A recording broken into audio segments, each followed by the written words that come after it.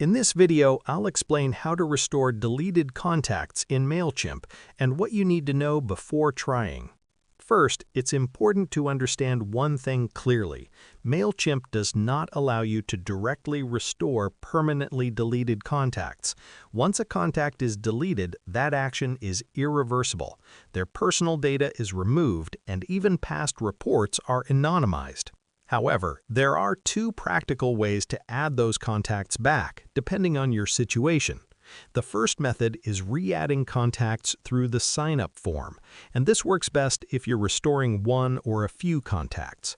Go to your Forms tab, then open Sign-up Forms and select Form Builder.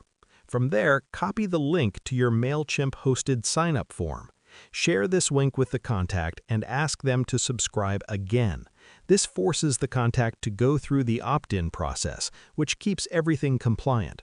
You can also fill out the form yourself, but be careful because leaving fields blank may overwrite existing data. The second method is importing a backup, and this is best for restoring contacts in bulk. If you exported your audience before deleting contacts, go to Audience, click Add Contacts, then choose Import Contacts. Select Upload a File, upload your CSV backup, map the fields correctly, and complete the import. If Mailchimp doesn't allow importing into the same audience, you can import them into a new audience instead. To avoid this problem in the future, there are a few best practices to follow. Always export your contacts before doing any bulk actions. If you're dealing with inactive users, archive them instead of deleting.